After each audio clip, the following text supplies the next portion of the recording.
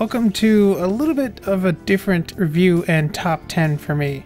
If you're a new subscriber, it's been a while since I've actually done one of these, so this is a little bit of a departure from how I normally do them. Today, in honor of Pride Month, I will be taking a look at another cartoon from my childhood, and the most applicable to the LGBT community that I can think of.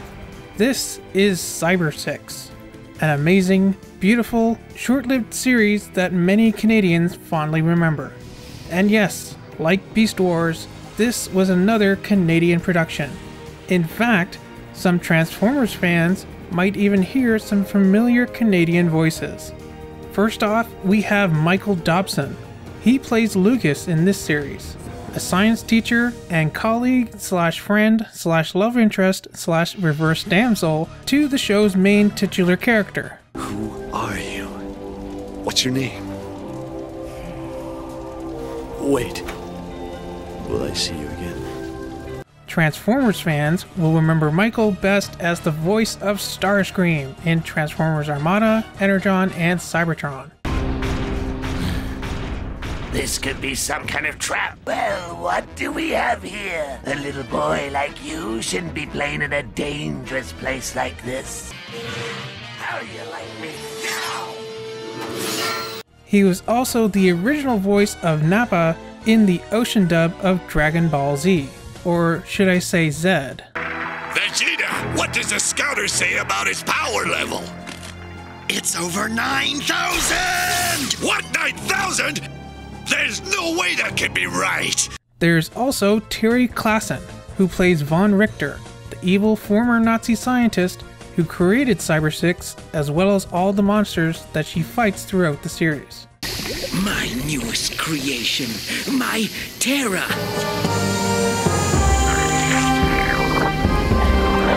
You will vanquish Cybersix. Terry, being another talent at Ocean Productions, voiced numerous minor or one-off characters in the Unicron trilogy, which he also voice directed, but his biggest role is probably that of Six Shot, the younger brother of Shock Blast. I'm sure I could get it online. I'm a pretty good engineer, you know. Remember how I designed that beam gun for my older brother? He was also the original dub voice of Krillin and Master Roshi. Amazing! How can he get up after all of that? That's it, I'm going! Dr. Willow, nope, don't know him. Now go away, it's my nap time. Next, we have the young pickpocket turned street magician Julian, who is voiced by Andrew Francis. Enrique! I can't believe it. Hi. Andrew played another kid in Transformers Armada, Billy the Bully, who would eventually turn and become friends with the main trio of Rad, Carlos, and Alexis. Did you see what I just saw? Yeah, I saw it. I definitely saw it. I think I definitely saw it. They must be the mutant aliens from space I've had so many dreams about! And Andrew was also the voice of Dende in the ocean dub of DBZ. Noticing a pattern here yet? What does woman mean? You know, a female, a girl. There are two kinds of Namekians, right? Your mother is a girl and your father is a boy. Two kinds of... That's weird. Ooh. Wow, it sounds like they really only have one gender here. How boring is that? The show also had Brian Drummond in one episode as the Private Eye Yashimoto. I don't think I'll take this case. Thank you for considering me. Brian was in more than just the Unicron trilogy, however. He played the Viacon General Jetstorm in Beast Machines. I don't know what Megatron has in store for you, little lady, but I'm sure it won't be pleasant. As well as Blur in Armada. Get out of my way, I'm busy. Uh-huh. I have work to do and you're interfering with me. Shock Blast in Energon. It's all mine now. Unicron is mine now! And Jetfire and Jolt in Cybertron. Minicon Data Retrieval Team, at your service. I am Jolt, and these are 6-speed and reverb ready for action. Really? Well, why didn't you say that in the first place? We did! And of course, he was the original voice of the Prince of All Saiyans, Vegeta. It is time to reclaim what is mine! I will not live my life as your second. That time is over. Every breath you take is an assault on my honor. And finally, we come to the show's star, Kathy Westluck, who plays the titular character, the female superhero Cybersix by night, and her male secret identity by day, Adrian Seidelman, the new literature teacher who just arrived in the city of Meridiana, where the show takes place. I'll help you. You don't have to be evil. Kathy actually appeared in Transformers as well, but just as a very minor character, simply credited as Boy in the episode Carnival from Transformers Armada. Keep your hands off him! Huh? Hey, what's with them? Leave him alone! He's never done anything to you guys! Run along now, kiddies, and let the big boys handle this one. This robot will destroy the Earth! You've been watching too much TV. Besides, everyone knows the red robots are always the good guys. But the fact remains, technically she was in Transformers. She may not have played an actual Transformer, but at least she's among the franchise's alumni. If only there were more female Transformers back then. Maybe she could have played Alita 1 or something. Hey, that's kind of appropriate. Get it? Because she was Cybersix? Which is a name that's basically just a cool sounding word and then a number. And that's what Alita 1 is. A cool word and then a number. Come to think of it, my name is almost similar. Ultra Primal. Primal is like prime, prime means first, prime is number 1, so maybe I should rename myself to Ultra 1 as an homage to both Cybersix and Alita 1. Nah, that'd be too much work to rebrand everything. I'll just stick with Ultra Primal. But yes, in addition to Kathy voicing Cybersix in this show, like the other Ocean cast members, she too was in Dragon Ball Z. She played numerous characters in that series, but the most notable among them is probably the younger version of Trunks. I don't know, that power I'm sensing, it's so huge. What if it's really that monster? Goten's dad'll need my help. Apparently she was also in this show called My Little Pony, but I've never seen it. I'm glad to help, Rarity, but don't you think there's wonderful things about flying that don't involve dresses? So as you can see, due to this show being cast by Ocean Productions in Vancouver, a majority of the voice actors were Canadians, who also happened to appear in Transformers to some degree. Actually, this is a multinational production. Cybersix was produced in Canada, but it's actually based on an Argentinian comic, which was published in an Italian magazine, and the show itself was animated in Japan. The original Cybersix comic had far more adult themes, which the cartoon ended up toning down. Not having read the comics myself, I think I prefer the cartoon's take, rather than the outright full frontal nudity of the comics. Apparently in the comics, Cybersix actually feeds on her enemies like a vampire, but in the cartoon, she drinks these green vials that kind of look like the ooze that created the Ninja Turtles, that drop from her enemies when she defeats them, almost like a video game. It's a beautifully animated cartoon which is a fusion of the original comics art style, Western animation, and Japanese anime. It's truly a unique looking series, but unfortunately that multinational nature of the show was also its downfall. Specifically, the DVD commentary credits the creative differences between the Japanese and the Canadian sides of the production conflicting on which direction they should take the show in, ultimately ending up causing the show's cancellation. The Canadian side of production wanted the show to focus more on the dark mystery and drama, while the Japanese side wanted more Looney Tunes style comedy and slapstick. Hey, Bonehead, your brains are showing. Get her! Personally, I think the combination of the two is what really made the show interesting and unique.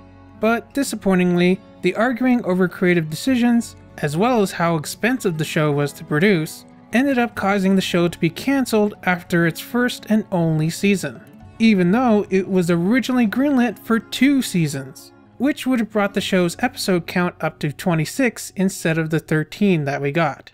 And the show ended on a cliffhanger, no less.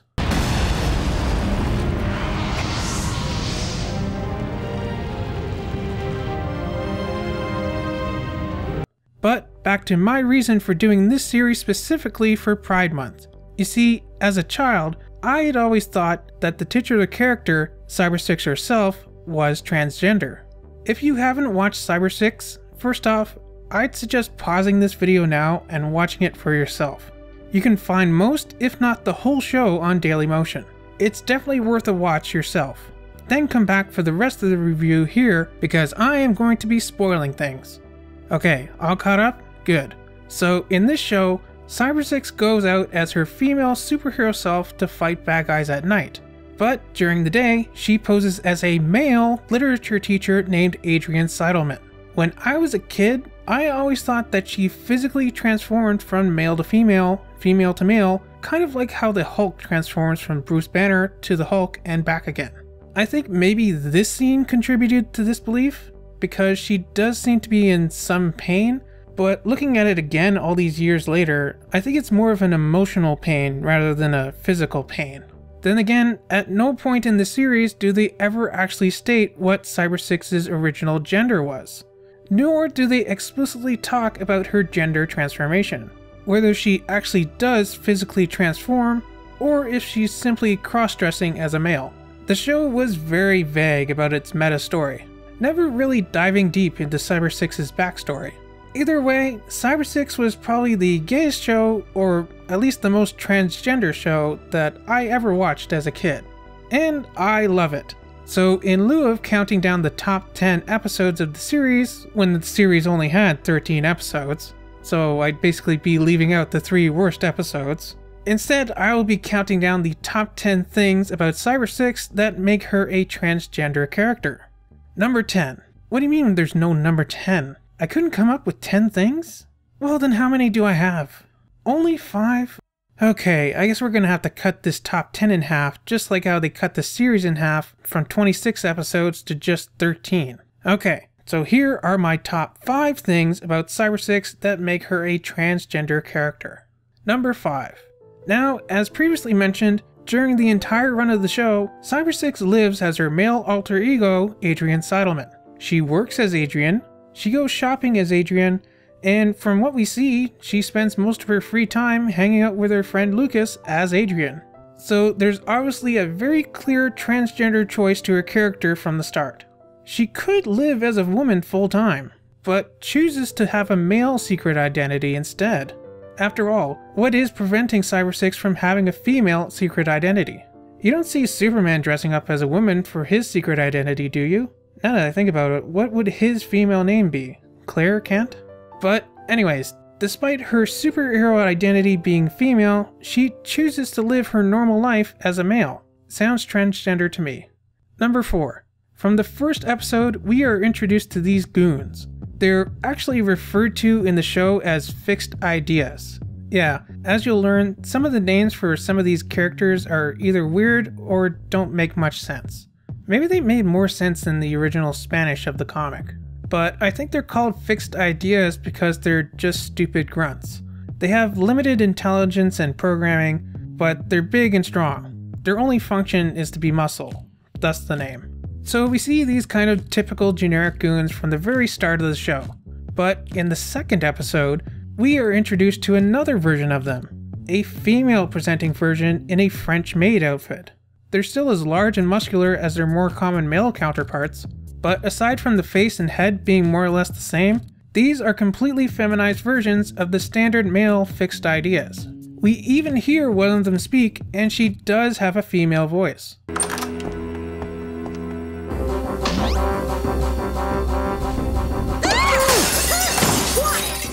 there's a huge cat! Good! Make it get rid of the huge rats! So the question is, were these female ones created based on the male ones? And maybe Von Richter didn't quite work out the kinks of creating female versions, and that's why they still have some of the same features as the male ones? Or were these originally hatched or cloned or however they're created as male ones, and maybe Jose wanted some female henchmen, henchwomen, henchpersons? So Von Richter took some existing male ones and forcibly feminized them. And maybe that's why they still share some of the attributes as their male counterparts. Maybe they're not fully transitioned yet. Who knows? Number 3. In the third episode of the series, we see Cybersix fantasize about what it would be like to wear a dress and go on a romantic date with Lucas. Now, obviously one could see this as her questioning her humanity. As we learn through the course of the series, she doesn't exactly view herself as human. 5 fingers, a heart, but I'm not like them. In fact, she seems to feel like she has more in common with Von Richter's other monsters than humanity. You're like me, aren't you? You're not really evil, deep down inside. But if you think of her as a transgender character, you could also see this as her questioning her gender and sexuality. Like I mentioned earlier, I don't see any reason why Cybersix couldn't have gone with a female alter ego instead. Then she could wear a dress and do stuff like that if she wanted to. But what if Cybersix was originally male before being turned into a cyberwoman as she is today? I think by taking on the male identity of Adrian, she's actually trying to reclaim a piece of what her life would have been like as a male had she not fallen into Von Richter's clutches. Number 2. In the second episode, we are introduced to Data 7, who, as we learn through the episode, is actually Cybersix's long-lost brother, 29. You're alive. My brother. Yeah, Data 7's real human name was 29, like the number. I did say some of the characters in this series have weird names, didn't I? We aren't told too much, but we get enough to get a general idea of what happened. We see the two of them playing as kids. Data 7, or 29, goes out on the edge of a cliff to get a flower for Cybersix, but he falls. We don't know what happened to him after that, or with Cybersix or their parents for that matter. The only thing we know is that Data 7 wakes up in Von Richter's lab in the body of a panther. I think this is one of the things that contributed to me thinking that Cybersix was transgender. This scene, and this photo. Specifically, when we see the two siblings, they look essentially the same. Cybersix isn't wearing a dress or anything, so as far as I knew, they were both boys. And if Von Richter put a boy's brain in the body of a panther, or mutated him into a panther, because Jose does refer to the fixed ideas as mutants. No! Catcher, you worthless mutants! But however it works, if he could turn a boy into a panther, it wouldn't be as hard to turn a boy into a girl, would it? So if Data 7 was animorphed into a panther, animorphed, that's another 90s show. There's gotta be a better term for turning people into animals, but I can't think of it right now. But yeah, if Data 7 was turned into a panther, and that's a totally different species, it must have been much easier to change Cybersix from a boy into a woman, right? And number 1, the biggest reason why I think Cybersix is a transgender character is because of the adaptation and ambiguity of the show itself. The show is already very different from the source material. Like I said, I haven't read the comics myself, but from what I've heard through the DVD commentaries, researching the series online, and watching other videos about the show, there are a great many differences in the comics versus the cartoon. In the cartoon, Lucas is just a science teacher. But in the comics, he's not only a teacher, but also a reporter and a bit of a conspiracy theorist. In the cartoon, it's implied that Lori gets around, but in the comics, it's very explicit about what she gets up to. Hey, you know, you're actually pretty cute up close. Maybe you and I could go out on a date when this is all over? You really think so? Of course not! I wouldn't be caught dead with you, you ugly little runt! In the comics, there actually was a real Adrian Seidelman. In the cartoon, Cybersix is new in town, saying that she recently moved here from a small village, making it seem like she only recently escaped Von Richter, came to Meridiana, and assumed her secret identity. But in the comics, she escaped as a child. She came across a car crash where the real Adrian Seidelman and his parents had died. Noticing she had a passing resemblance to Adrian, she buried his body, took his place, and assumed his identity. She actually grew up in Meridiana as Adrian. The comics actually spell out a lot for the reader, while the cartoon leaves a lot of stuff vague and really lets the viewer decide for themselves. Like in the comics, apparently every time he appears, they point out that yes, Von Richter is indeed a former Nazi scientist. But in the show, it's a little more nuanced. You can clearly tell by the way he's dressed that he looks like a Nazi. They just never say it because they don't have to.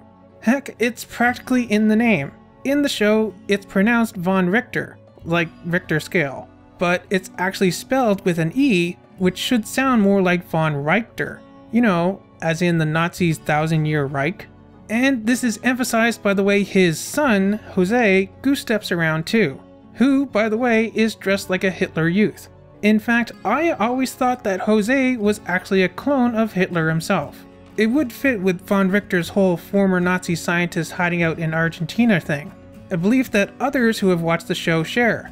But in the comics, it is confirmed that he is a clone, but of von Richter, not Hitler. But again, who's to say that in the cartoon he isn't? They left so much up to your personal interpretation, you really just have to make up your own mind. And so, if you think Cybersix was originally male and von Richter turned her into a female, then you can go with that. If you think that she physically transforms from male to female when she dons her costume and changes her persona from Adrian to Cybersix, and that it's not just her changing her clothes and flipping her hair the other way, that's cool too. I think that one of the smartest things that this show did was leaving it up to the audience's interpretation. But no matter where you feel that Cybersix lands on the LGBT spectrum, the fact is that she's on there. I can tell something is wrong. You seem tense. Why don't you lie down on the bed and relax? Oh, he's got a woman in there. All this time I've been talking about Cybersix and you've been seeing her the whole time. It's not what you think. It's hard to explain. Look, just tell me the truth. We're friends. No hard feelings, just be straight with me, alright? I can't. You wouldn't understand. Say, you want to see a movie tonight? What's playing? A romance. Sorry, it's not for me. Thanks anyway. Well, okay. Maybe next time, huh? And you can't argue that this wasn't a great show. The original art style of the comics combined with the anime aesthetic makes for a very unique and interesting look unlike any other cartoons at the time or even since. Even if it does pull some inspiration from Batman the Animated Series, what with its darker color palette. It still feels like this show has its own original style. And the animation itself is truly amazing. So smooth and fluid, you'd think this was movie quality. And I don't think this was at all intentional, but Cybersix's outfit always reminded me of what the people in The Matrix wore, which also premiered the same year as Cybersix's cartoon.